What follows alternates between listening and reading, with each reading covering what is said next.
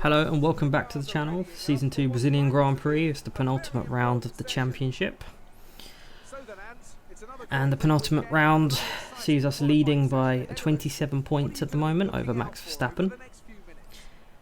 The target for the weekend is very simple. We just have to finish ahead of Max and the championship is ours.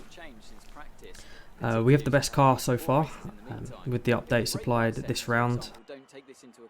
Only marginally jumped above the Red Bull, but hopefully we can hold that through the race, and I think Lando's quite strong here as well.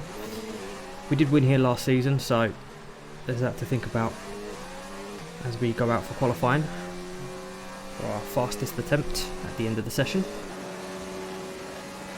So we've got our teammate right behind us getting a bit of a tow, so we brake for turn 1 at 50 metre board. Really struggled on the braking here. Our practice sessions did not go well. We didn't get a qualifying simulation in because rain in the back end of practice 2 and practice 3. But as you can see, we're currently 5th on the grid, but we are up by 0.2 of a second coming into turn 4 and the beginning of the second sector. So back to practice, yeah, things didn't go too well. We were slow, we were struggling with the balance of the car, we were struggling with the brake bias and tyre temperature, I think, as well, because it was quite cool. Qualifying, it has warmed up and we are green still in the middle sector, 0.1, now 0.2 of a second up. We do need a good starting position. See, Butler's currently on pole, so I would imagine Max is there or thereabout. We come through Juncao, the penultimate corner, up through the long left-hander. Tremendous amount of time has just been gained there, 0.7 of a second, but is it going to be enough for pole position? Is it going to be enough to put us on the front row? So, turning our attention to the race now, it's overcast, potential threat of rain. It poured it down during second practice, so could happen again here. Rain would really hamper our chances, I'd say. The car really didn't react too well in those conditions.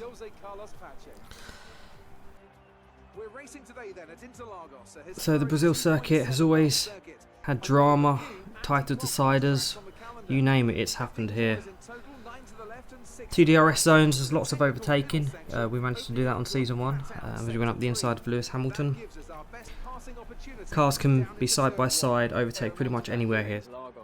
You're not safe anywhere you look.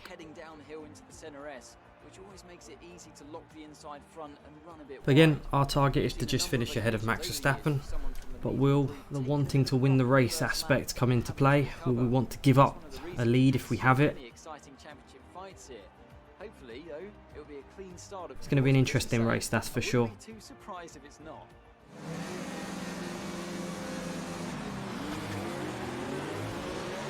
Okay, go through all the gears if you can. We need to make sure the engagement is okay before the start. We're going to want to put some temperature into the tyres and brakes. We need to keep the engine cool though, so don't go too high with the revs. Yeah, so we have pole position, which is a good thing to have at the Brazilian Grand Prix or when you're leading the championship. Norris starts 3rd, Butler 2nd. Verstappen is found P10. He had a engine change, which resulted in a penalty. Hulkenberg the same, P17. The Renaults were looking good here because Ricciardo's fairly high up the field. But I think it's at this stage of the championship where you really start to see those failures and the power units really push to their maximum. We are running a worn one here, so hopefully that doesn't come into play too much as the cars return from the formation lap.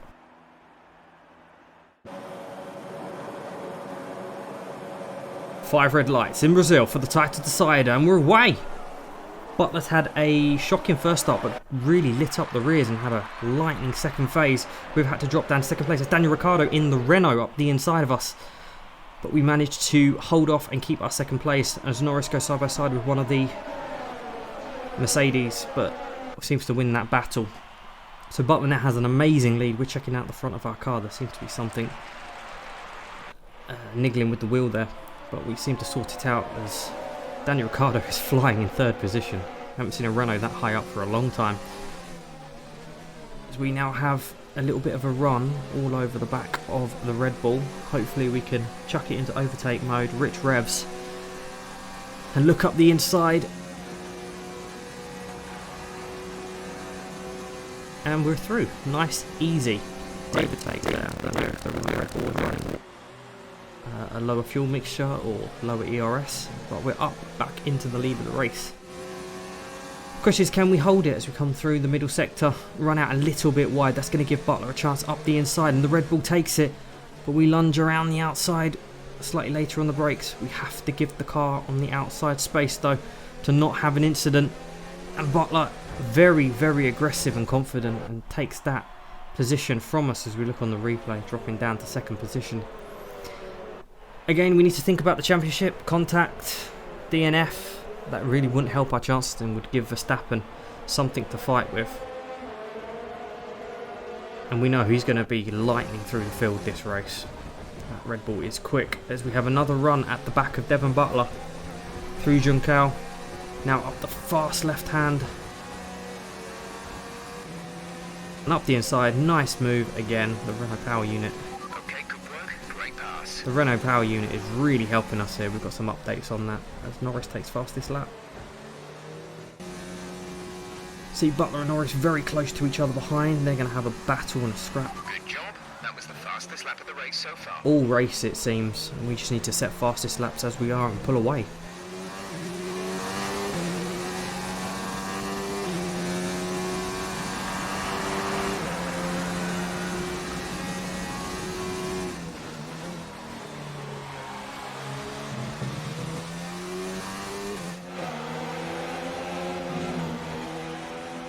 And this is Max Verstappen up the inside of the Haas, Lucas Weber, mounting a bit of a charge through the field, now up to P8.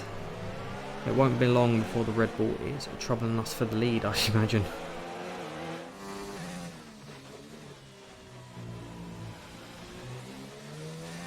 As we're on lap 7, coming up towards the line. Things are quite comfortable at the moment, to be honest. The tyres are looking in decent state, and if we can keep this, should be in a nice position at the end. Pulling out a bit of a gap over our teammate behind, and Butler, although Butler's just overtaken our teammate.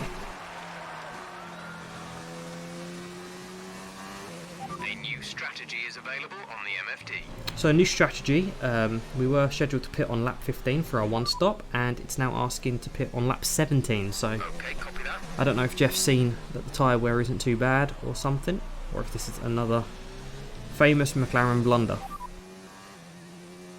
Max is currently in 6th place, P6. The difference is 7.4 seconds. They're on old softs. We think they've got one more stop. The time last lap was a 1 minute 12.8. So Max is siving his way through the field up to 6th place.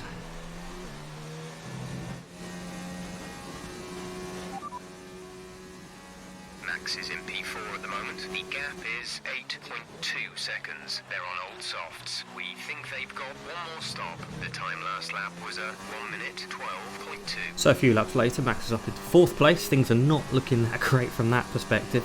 Be right on top of us by the end of this race, I'd imagine. Hopefully we can keep consistent pace, not wear out the tyres, the power unit, and hold on to what we've got really. But that's not going to help. Massive amount of oversteer there, just getting on the power really, really early. I think the news of Max's progression Box, we're coming in this lap. is really starting to get to us Gap to teammate behind is 3.9 seconds. as our teammate pits. Also, Max Verstappen pits this lap, so looks like Red Bull are trying to do the undercut. We're going to have to really push. And we attack the pit lane with everything we have, just getting it slowed down before the limiter line. Hopefully we've done enough to come out and stay ahead. And that is exactly what we do, but everyone's just that little bit closer now.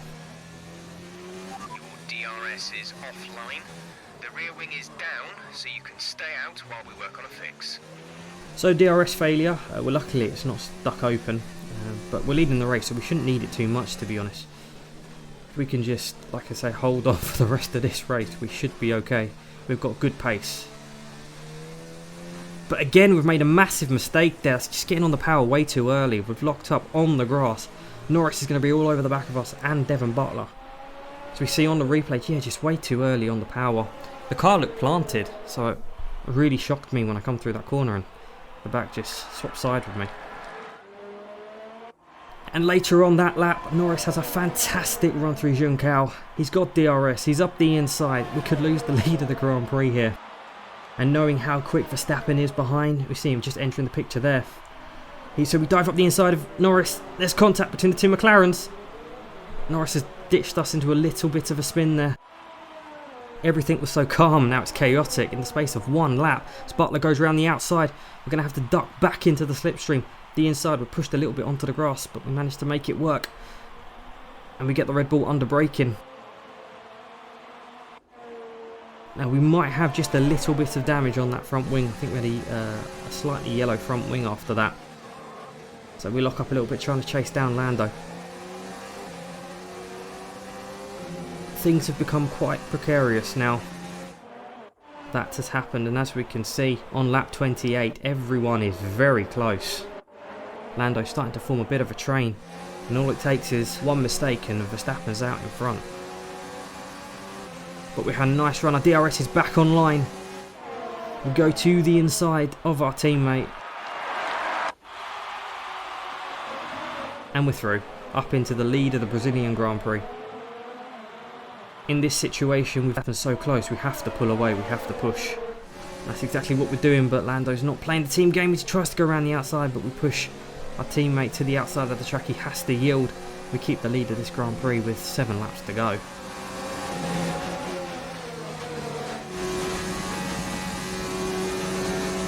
This is your final lap of the race. So it's the final lap of the Brazilian Grand Prix Season 2. If we hold on, we are world champion. The target was simple at the start of the race weekend, just finish ahead of Verstappen, who is now up into P3. So we have to have a clean one. We have a gaggle of cars right ahead of us.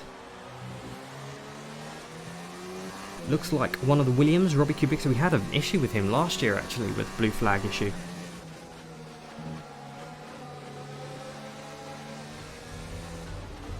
As we come through into the middle sector, it's the wrong place to catch this kind of traffic. They're having the battle of their own.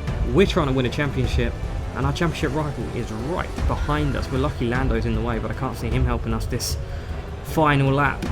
The Williams goes out wide. We almost collect the back of him, but we managed to go around the outside. That should be enough, but it looks like he's let Lando and Verstappen through quite comfortably.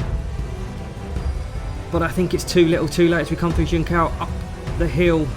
We have DRS because of the lapped cars ahead of us, and it should be enough as we come across the line to win the Brazilian Grand Prix and the championship. Get in there! Wonderful drive. You're now the driver's world champion. The team want to say thanks for a brilliant job this season. It's been an incredible year for... So there we have it, champion of Season 2 in a McLaren. McLaren's first championship since Lewis Hamilton in 2008. There can only be one champion, however, and here they are now. Yeah, it's been a difficult season as well with the pressure from Verstappen and the fact we had to catch up ground to the Flying Dutchman in the end. But we managed to do it, and we did it in style by winning the race. We still have one more round to go in Abu Dhabi, but it's good to get it out of the way here. Great scenes from the McLaren garage there.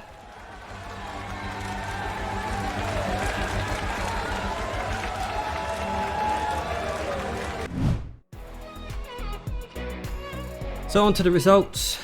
We are confirmed champions and the winner of the Brazilian Grand Prix with fastest lap, which I didn't realise till the end of the race. Norris second, so it's a great McLaren 1-2. First time in a long time that has happened. So maybe the McLaren glory days are on their way back. On to the championship. We are confirmed champions, which is nice. Verstappen cannot catch us. 26 points for the next Grand Prix and 38-point gap. Lando Norris is currently 5th. With the second half of the table looking pretty much as it did a few rounds ago. So on to the constructors. Red Bull still lead. It's only a 29-point gap now. So if we have a fantastic result at Abu Dhabi, we could overhaul that and make it a double. But it's a big if right now. That's it for the F1 content. Up next is the weekly livery challenge, so stay tuned for that. Thank you so much for watching, and I'll see you next time.